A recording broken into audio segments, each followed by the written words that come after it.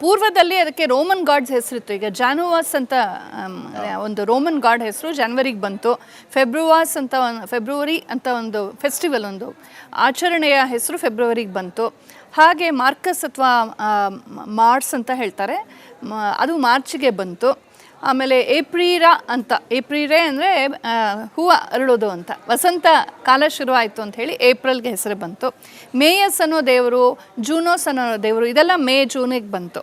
ಜುಲೈಗೆ Julius Caesar ತನ್ನ ಹೆಸರು ಕೊಟ್ಬಿಟ್ಟು ಒಂದು ದಿನ ಜಾಸ್ತಿ ಮಾಡ್ದ, 31 ಅಂತ. ಸುಮ್ಮನೆ ಅದು ವಿಜ್ಞಾನವೇನಿಲ್ಲ. ಆಗಸ್ಟಸ್ಸು ನಾನೇನು ಕಮ್ಮಿ ಅಂತ ಆತನೂ ಮಾಡ್ದ. ಹಾಗೆ ಆಮೇಲೆ ಏನು ಮಾಡಿದ್ರು, ಆಮೇಲೆ ಬಿಟ್ಬಿಟ್ರು. ಸೆಪ್ಟೆಂಬರ್, ಅಕ್ಟೋಬರ್, ನವಂಬರ್, ಡಿಸೆಂಬರ್ ಯೋಚನೆ ಮಾಡಿ ನೋಡಿ. ಸೆಪ್ಟ ಅಂದರೆ 7.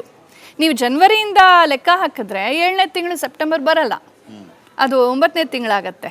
ಸೊ ಮಾರ್ಚಲ್ಲೇ ಎಲ್ಲರೂ ಮಾಡ್ತಾ ಇದ್ರು ಅಂತ ಸ್ಪಷ್ಟವಾಗಿ ಗೊತ್ತಾಗುತ್ತೆ. ಆಕ್ಟಾ ಅಂದರೆ ಅಷ್ಟ, ನವ ಅಂದರೆ ನವ 9, ಡೆಕ ಅಂದರೆ ದಶ. ಸೊ ಈ ಥರದ ವ್ಯವಸ್ಥೆನ ಅವ್ರೇನು ಮಾಡಿದ್ರು, ನಾವೇನು ಮಾಡಿದ್ರು ನಡೆಯುತ್ತೆ ಅಂತ ಒಂದು ಆ ಯುರೋಪಿಯನ್ ರೇಸಿಸ್ಟ್ ಆಟಿಟ್ಯೂಡ್ ಇದೆಯಲ್ಲ, ಅವ ಮಾಡಿದ್ರು. ಹೀಗೆ ಮಾಡಿ ಕೊನೆಗೂ ಗ್ರೆಗೋರಿಯನ್ ಕ್ಯಾಲೆಂಡರ್ ಬಂತು. ಅದು ಅವ್ರಿಗೆ ಅನುಕೂಲವಾಯಿತು, ಈಸ್ಟರ್ ಕ್ಯಾಲ್ಕುಲೇಷನ್ಗೆ ಅನುಕೂಲವಾಗಲಿ ಅಂತ ಮಾಡಿಕೊಂಡ್ರು. ಆಮೇಲೆ ಏನಾಯಿತು, ಎಲ್ಲೆಲ್ಲಿ ಯಾವ ದೇಶದ ಮೇಲೆ ಕೊಲೊನೈಸೇಷನ್ ಮಾಡಿದ್ರೋ, ಆಕ್ರಮಣ ಮಾಡಿದ್ರೋ, ಅವರೆಲ್ಲರ ಮೇಲೆ ಬಲವಂತವಾಗಿ ಆರೋಪಿಸಿದ್ರು. ಅವ್ರ ಅನುಕೂಲಕ್ಕಾಗಿ ಅವ್ರು ಮಾಡ್ತಾಯಿದ್ರು. ಅವ್ರು ಎಷ್ಟೇ ಆರೋಪಿಸಿದ್ರು ಕೂಡ ನಾವು ಭಾರತೀಯರು ಇವತ್ತಿಗೂ ಕೂಡ ನಮ್ಮ ಮದುವೆ, ಮುಂಜಿ, ಗೃಹ ಪ್ರವೇಶ ಎಲ್ಲನೂ ನಾವು ಮಾಡೋದು ನಮ್ಮ ಯುಗಾದಿ ಪಂಚಾಂಗದ ಪ್ರಕಾರನೇ. ಜನ್ಮ ನಕ್ಷತ್ರವನ್ನೇ ಆಚರಿಸೋದೇ ನಮ್ಮ ಹುಟ್ಟುಹಬ್ಬ. ಈ ತುಂಬ ಸೋಷಿಯಲ್ ಮೀಡಿಯಾ ಮತ್ತು ಈ ಏನಂತೀವಿ ಕಲೋನಿಯಲ್ ಹ್ಯಾಂಗ್ ಓವರ್ ಅಂತೀವಿ, British media, British education, Macaulay ಎಜುಕೇಷನ್ನಿನ ವಿಕ್ಟಿಮ್ಸು ನಾವೆಲ್ಲ. ಅಲ್ಲಿ ನಮಗೆ ಈ ಡೇಟ್ಗಳನ್ನು ತುಂಬ ತಲೆ ಮೇಲೆ ಹೇರಿ ಈಗ ನಾವು ಹುಟ್ಟಿದ ಜನ್ಮ ನಕ್ಷತ್ರ ತುಂಬ ಜನಕ್ಕೆ ಗೊತ್ತಿಲ್ಲ.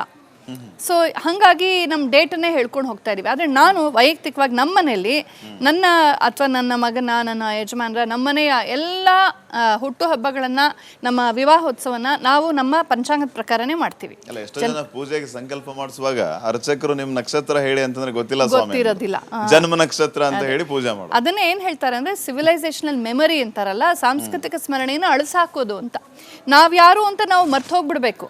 ಆ ರೀತಿ ಟೆಕ್ಸ್ಟ್ ಬುಕ್ಸ್ ಮೂಲಕ, ಮೀಡಿಯಾ ಮೂಲಕ, ಸಿನಿಮಾಗಳ ಮೂಲಕ ಒಂದೊಂದಾಗಿ ಆರೋಪಿಸಿ ಕ್ರಮೇಣ ನಾವು ನಮ್ಮದನ್ನು ಮರೆಯೋ ಹಾಗೆ, ನಾವು ಒಂದೇ ಸಲ ಮತಾಂತರವಾಗದೆ ಹೋದ್ರು ನಮ್ಮೊಳಗೆ ಸಾಕಷ್ಟು ಪರಕೀಯತೆ ತುಂಬೋ ಹಾಗೆ ಅದನ್ನು ವ್ಯವಸ್ಥಿತವಾಗಿ ಮಾಡಿದ್ರು.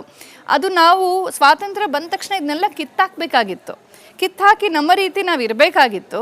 ಎಷ್ಟೇ ನಾವು ಗ್ಲೋಬಲ್ ಆಗಿದ್ರು ನೋಡಿ, ಗ್ಲೋಬಲ್ ಅಂದರೆ ಮರ ಎಷ್ಟು ದೊಡ್ಡದಾಗಿ ಬೆಳೆದ್ರು ಅದರ ಬೇರನ್ನು ಅದು ಕಳ್ಕೊಳ್ಬಾರ್ದು.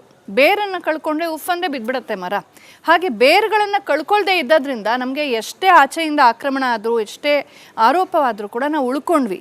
ಆದರೆ ಇವತ್ತು ಲೇಟೆಸ್ಟ್ ಜನ್ರೇಷನ್ಸಲ್ಲಿ ಏನಾಗ್ತಾ ಇದೆ ಅಂದರೆ, ಬಾಲಿವುಡ್ ಅನ್ನೋ ಒಂದು ದೊಡ್ಡ ಕಸತೊಟ್ಟಿ ಇದೆ, ಅದು ಮತ್ತು ಎಲ್ಲ ಅಶ್ಲೀಲತೆ, ಕೊಳಕು, ಪೋರ್ನು, ಆಮೇಲೆ ಮಾರ್ಕೆಟಿಂಗು, ಈ ಟೈಮಲ್ಲಿ ನ್ಯೂ ಇಯರ್ ಗಿಫ್ಟ್ಸು, ಅದು ಇದು ಅಂದ್ಕೊಂಡು ನೋಡಿ. ನಿನ್ನೆ ಪೇಪರಲ್ಲಿ ನೋಡಿದೆ 500 kg ಮಾದಕ ದ್ರವ್ಯಗಳು ನಮ್ಮ ರಾಜ್ಯದಲ್ಲಿ ಓಡಾಡ್ತಾ ಇದೆ ಜನವರಿ 1 ಸೆಲೆಬ್ರೇಷನ್ ನೆಪದಲ್ಲಿ. ಅಂದ್ರೆ ಎಲ್ಲ ಮಾಡಬಾರದೆಲ್ಲ ಮಾಡೋದಕ್ಕೆ ಇದೊಂದು ವೇದಿಕೆ ಆಗೋಗ್ಬಿಟ್ಟಿದೆ. ಸೊ ಮಾಡೋದೇ ಹೊಸ ವರ್ಷಾಚರಣೆ ಅನ್ಕೊಂಡ್ಬಿಟ್ಟಿದ್ದಾರೆ ಈಗಿನ ಯುವ ಪೀಳಿಗೆ. ಹೌದು. ಆಮೇಲೆ ನೋಡಿ, ನಾವು we should be scientific, logical, rational ಅಂತೆಲ್ಲ ದೊಡ್ಡ ಪದಗಳನ್ನು ಬಳಸ್ತಾರೆ. ಈ ಜನವರಿ 1 ಅನ್ನುವ ಈ ಸೆಲೆಬ್ರೇಷನ್ ಇದೆಯಲ್ಲ, ಇದರಲ್ಲಿ ಯಾವುದೇ ಲಾಜಿಕ್ ಇಲ್ಲ, ಯಾವುದೇ ಸೈನ್ಸ್ ಇಲ್ಲ. ಏಕೆಂದರೆ ಇದರಲ್ಲಿ ಆಕಾಶದಲ್ಲಿ ಯಾವ ಒಂದು ಸೆಲೆಸ್ಟಿಯಲ್ ಇವೆಂಟ್ ನಡೀತಾ ಇಲ್ಲ. ಯುಗಾದಿ ಆದರೆ ಸರಿಯಾಗಿ ಅಮಾವಾಸ್ಯೆ ಅಷ್ಟು 12 ತಿಂಗಳ ಸರಿಯಾಗಿ ಅಮಾವಾಸ್ಯೆಗೆ ಪಾಲ್ಗುಣ ಅಮಾವಾಸ್ಯೆಗೆ ಮುಗಿದು ಚೈತ್ರ ಶುರು ಆಗುತ್ತೆ. ನೀವು ಚಾಂದ್ರಮಾನದ ಲೆಕ್ಕ ತೆಗೆದುಕೊಂಡ್ರೆ, ಸೌರಮಾನದ ಲೆಕ್ಕ ತೊಗೊಂಡ್ರು ಕೂಡ ಹಾಗೆ ಕರೆಕ್ಟಾಗಿ ಒಂದು 12 ವರ್ಷ ಮುಗಿಯುತ್ತೆ. ಸೊ ಭಾಳ ಚೆನ್ನಾಗಿದೆ. ಅಂದರೆ ನೀವು ನಮ್ಮಲ್ಲಿ 2 ಪಂಚಾಂಗಗಳು, ಸೌರಮಾನ, ಚಾಂದ್ರಮಾನ ಅಂತ. ವಸಂತ ಋತುವಿನಲ್ಲಿ ವರ್ಷವನ್ನು ಆರಂಭಿಸ್ತೀವಿ, ಶುಭ ಪ್ರಾರಂಭ. ಎರಡೂ ವಸಂತ ಋತುವಿನಲ್ಲೇ ಆಗಬೇಕು ಅಂತ. ಮಾಯನ್ನಲ್ಲೂ ಹಾಗೆ. ನೀವು ಮಾಯನ್ನು, ಜಾಪನೀಸು, ಚೈನೀಸು, ಟಿಬೆಟನ್ನು, ಶ್ರೀಲಂಕಾ ಯಾರೇ ತೆಗೆದುಕೊಳ್ಳಿ, ಅವರೆಲ್ಲ ಹೆಚ್ಚು ಕಡಿಮೆ ಈ ಜನವರಿ ಕೊನೆಯಿಂದ ಮಾರ್ಚ್ ಕೊನೆ ಈ ಕಾಲದಲ್ಲಿ, ಅಂದರೆ ಅವ್ರಿಗೆ ಯಾವಾಗ, ಏಕೆಂದರೆ ಜಪಾನ್ ತುಂಬ ಪೂರ್ವದಲ್ಲಿ ಇದೆಯಲ್ಲ, ಅವ್ರಿಗೆ ಸ್ವಲ್ಪ ಬೇಗ ಶುರು ಆಗ್ಬೋದು. ಯಾರಿಗೆ ಯಾವಾಗ ವಸಂತ ಋತು ಶುರು ಆಗುತ್ತೋ ಆವಾಗ ಅವ್ರ ನ್ಯೂ ಇಯರ್ ಇರುತ್ತೆ. ಎಲ್ಲರೂ ಕೂಡ ಪ್ರಕೃತಿಯನ್ನು ಆರಾಧಿಸ್ತಾ ಇದ್ರೆ, ಈ ಗ್ರೆಗೋರಿಯನ್ ಕ್ಯಾಲೆಂಡರ್ ಮಾತ್ರ ಯಾವ ಪ್ರಕೃತಿಯನ್ನು ಆರಾಧಿಸೋದಿಲ್ಲ. ಇದು ಮಧ್ಯರಾತ್ರಿ ಯಾವುದನ್ನು ಅಪರಾತ್ರಿಯಲ್ಲಿ ಪಿಶಾಚಿಗಳು ಓಡಾಡ್ತಾರೆ ನಾವು ಹೇಳ್ತೀವಲ್ವಾ, ಏನೂ ಮಾಡಬಾರ್ದು, ತಿನ್ನಬಾರ್ದು, ಓಡಾಡಬಾರ್ದು, ಶುಭ ಕಾರ್ಯ ಮಾಡಬಾರ್ದು ಅಂತ ಆ ಅಪರಾತ್ರಿನಲ್ಲಿ ಆ ಟೈಮಲ್ಲಿ ಮಾಡ್ತಾರೆ. ಹೇಗೆ ಮಾಡ್ತಾರೆ ಹೋಗಲಿ, ಅಲ್ಲಿ ಹೋಗ್ಬಿಟ್ಟು ಕುಡಿದು, ತಿನ್ನಬಾರ್ದನ್ನು ತಿಂದು, ಕುಡಿಬಾರ್ದನ್ನು ಕುಡಿದು, ಮಾಡಬಾರ್ದನ್ನು ಮಾಡಿ, ಪೊಲೀಸರ ಕೈಯಲ್ಲಿ ಒದಿಸ್ಕೊಂಡು, ಅಲ್ಲಿ ಮೋರಿನಲ್ಲಿ ಬಿತ್ಕೊಂಡು, ಆಕ್ಸಿಡೆಂಟ್ ಮಾಡಿಸ್ಕೊಂಡು, ಇದೆಲ್ಲ ಮಾಡಿಕೊಂಡು ನೋಡಿ ಎಷ್ಟು ಕಡೆ ಪೊಲೀಸ್ ಬಂದೋಬಸ್ತು ನೆನ್ನೆ ನೋಡಿದ್ವಿ. ಯುಗಾದಿಗೆ ಹಾಗಿರ್ಬೇಕಾ ಅಗತ್ಯ ಇದೆಯಾ? ಯುಗಾದಿ ಹೇಗೆ ಮಾಡ್ತೀವಿ? ಬೆಳಗ್ಗೆ ಸೂರ್ಯನ ಮೊದಲ ಕಿರಣವನ್ನು ನೋಡಬೇಕು ಅಂತ ನಮ್ಮ ಹಿರಿಯರು ಹೇಳ್ತಾರೆ.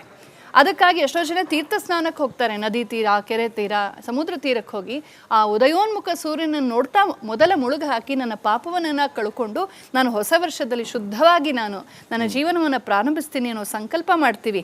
ಭೂಮಾತೆಗೆ ಪೂಜೆ ಮಾಡ್ತೀವಿ, ಬ್ರಹ್ಮನಿಗೆ, ಸೃಷ್ಟಿಕರ್ತನಾದ ಬ್ರಹ್ಮನಿಗೆ ಯವಿಷ್ಠಿ ಅಂತನ್ನುವ ಹೋಮವನ್ನು ಮಾಡ್ತೀವಿ, ನಮ್ಮ ಕುಲದೇವ್ರಿಗೆ ಪೂಜೆ ಮಾಡ್ತೀವಿ, ಗುರು ಹಿರಿಗೆ ನಮಸ್ಕಾರ ಮಾಡ್ತೀವಿ, ದೇವಸ್ಥಾನಕ್ಕೆ ಹೋಗ್ತೀವಿ, ಬೇವು ಬೆಲ್ಲ ತಿಂದು ಜೀವನದಲ್ಲಿ ಸುಖ ಬರಲಿ ದುಃಖ ಬರಲಿ ಸಮವಾಗಿ ಸ್ವೀಕರಿಸ್ತೀನಿ ಅಂತ ಆಪ್ಟಿಮಿಸಮ್ ತೋರಿಸ್ತೀವಿ. ಸಾಯಂಕಾಲ ನಮ್ಮ ರಾಶಿ ಫಲವನ್ನು ಕೇಳ್ಕೊಳ್ತೀವಿ, ಏನೇ ಬಂದರೂ ಅದನ್ನು ನಾನು ಅಕ್ಸೆಪ್ಟ್ ಮಾಡ್ಕೊಳ್ತೀನಿ, ಅಲ್ ಬಿ ಪ್ರಿಪೇರ್ಡ್ ಏನಾದರೂ ಅಂತ. ಈ ರೀತಿ ಪ್ರಾರಂಭ ಮಾಡುವಂತಹ ಒಂದು ಅರ್ಥಪೂರ್ಣವಾದಂಥ, ಅಂದರೆ ಪ್ರಕೃತಿಯೂ ನಮಗೆ ಪ್ರಕೃತಿಯೇ ಸೆಲೆಬ್ರೇಟ್ ಮಾಡ್ತಾ ಇದೆ ಯುಗಾದಿಯನ್ನ. ಮನುಷ್ಯರು ಬಿಡಿ, ಪ್ರಕೃತಿಯ ಎಲ್ಲಾ ಕಡೆ ಹೂ ಚಿಗುರುಗಳು, ಚೈತ್ರ ಬಂದ್ರೆ ವಸಂತೋತ್ಸವ, ಎಲ್ಲಾ ಕಡೆ ಚೈತ್ರ ರಥ ಅಂತ ಕರೀತಾರೆ. ಎಲ್ಲೆಲ್ಲೂ ಹೂ ಚಿಗುರುಗಳು, ಬಳ್ಳಿಗಳು, ಕೋಗಿಲೆಗಳು ಕೂಗ್ತಾ ಇರುತ್ತವೆ, ನದಿಗಳೆಲ್ಲ ಶುಭ್ರವಾಗಿರುತ್ತವೆ, ಆಕಾಶ ಶುಭ್ರವಾಗಿರುತ್ತವೆ. ಹಿಂದೆ ಎಲ್ಲ ವಸಂತೋತ್ಸವ ಅಂತ 2 ತಿಂಗಳ ಕಾಲ ಮಾಡೋರು, ಮಧ್ಯದಲ್ಲಿ ಯುಗಾದಿ ಬರ್ತಾ ಇತ್ತು ಆಯ್ತಾ. ಈ ಫಾಲ್ಗುಣ ಮಾಘದ ಕೊನೆಯಲ್ಲೇ ಹೆಚ್ಚು ಕಡಿಮೆ ಬಂದ್ಬಿಡ್ತಾ ಇತ್ತು ವಸಂತ. ನೀವು ಹೇಳೋದನ್ನ ಕಲ್ಪನೆ ಮಾಡ್ಕೊಂಡ್ರೆ ಎಷ್ಟು ಖುಷಿ ಆಗ್ತಾ ಇದೆ. ಹೌದು, ನಿನ್ನೆ ಮಧ್ಯರಾತ್ರಿ ಆಚರಣೆಯನ್ನ ಕಲ್ಪನೆ ಮಾಡ್ಕೊಂಡ್ರೆ ಭಯ ಆಗುತ್ತೆ, ಫುಲ್ ಕಾಂಟ್ರಾಸ್ಟ್. ಸೊ ಇಲ್ಲಿ ಏನಂದ್ರೆ, ಇಲ್ಲಿ ಒಂದು ಹುಚ್ಚು ಕಾಣಿಸುತ್ತೆ ನಮ್ಗೆ. ನಾನು ಅದನ್ನ ಎಷ್ಟು ಜನ ಒಪ್ಕೊಳ್ತಾರೆ, ಐ ಕಾಲ್ ಇಟ್ ಕಲನಿಯಲ್ ಹ್ಯಾಂಗೋವರ್. ಯಾರೋ ಒಬ್ರು ಬಂದು ಬಿಳಿ ತೊಗಲ್ನವ್ರು ಬಂದು ನಮ್ಮ ತಲೆ ಮೇಲೆ ಏನೋ ಹೇರಿದ್ರು, ನಮ್ಮ ದೇಶನ ಹಾಳು ಮಾಡಿದ್ರು, ನಮ್ಮನ್ನ ನಿಂದಿಸಿದ್ರು, ನಮಗೆ ನಮ್ಮ ಬಗ್ಗೆ ಕೀಳರಿಮೆ ಮೂಡುವಂಥ ಕೆಟ್ಟ ಶಿಕ್ಷಣ ಪದ್ಧತಿಯನ್ನು ಶುರು ಮಾಡಿದ್ರು. ಅವ್ರ ಉದ್ದೇಶ ನಮ್ಮನ್ನು ಶಾಶ್ವತವಾಗಿ ಆಳೋದು, ಮತಾಂತರ ಮಾಡೋದು. ಅವರು ಆರೋಪಿಸಿದಂಥದ್ದನ್ನು ನಾವು ಇನ್ನೂ ಕೂಡ ಮಾಡರ್ನ್ ಅಂತ ಅಂದ್ಕೊಂಡು, ಗ್ಲೋಬಲ್ ಅಂತ ಅಂದ್ಕೊಂಡು, why should global B western ಅಂತ ನಾನು ಕೇಳೋದು. ಗ್ಲೋಬಲಿ ಇಂಡಿಯಾ ಇಲ್ವಾ, ಭಾರತ ಇಲ್ವಾ?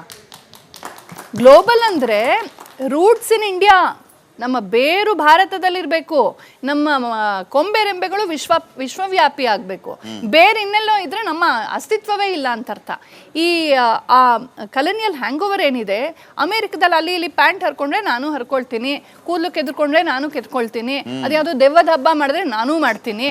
ಆದರೆ ಇಲ್ಲಿ ನಮ್ಮ ಅಜ್ಜಿ ಶುದ್ಧವಾಗಿ ಸ್ನಾನ ಮಾಡಿ ಒಳ್ಳೆ ಅಚ್ಚುಕಟ್ಟಾಗಿ ಅಡುಗೆ ಮಾಡಿಕೊಟ್ರೆ ಕಮಾನ್ ಓಲ್ಡ್ ಫ್ಯಾಷನ್ ಅಂತ ಹೇಳ್ತೀನಿ. ಅಲ್ಲ, 6 ತಿಂಗಳು ತಂಗಳು ಇಟ್ಬಿಟ್ಟು ಅದನ್ನು ಬಿಸಿ ಮಾಡಿ ಕೊಡ್ತಾನೆ ಜಂಕ್ ಫುಡ್ನ ಮೋರಿ ಪಕ್ಕದಲ್ಲಿ, ವಾವ್ ಜಂಕ್ ಅಂತ ತಿಂತೀವಿ. ಅಂದರೆ ಏನಾಗಿದೆ ನಮಗೆ ಅಂತ. ನಾವು 4 bunch of English words, western dresses ಹಾಕೊಂಡು ಆ ವೆಸ್ಟರ್ನಸ್ ಥರ ಆಡ್ಬಿಟ್ರೆ ನಾನು ಪ್ರೋಗ್ರೆಸಿವ್ ಅನ್ನೋ ಭಾವ ಇದೆಯಲ್ಲ.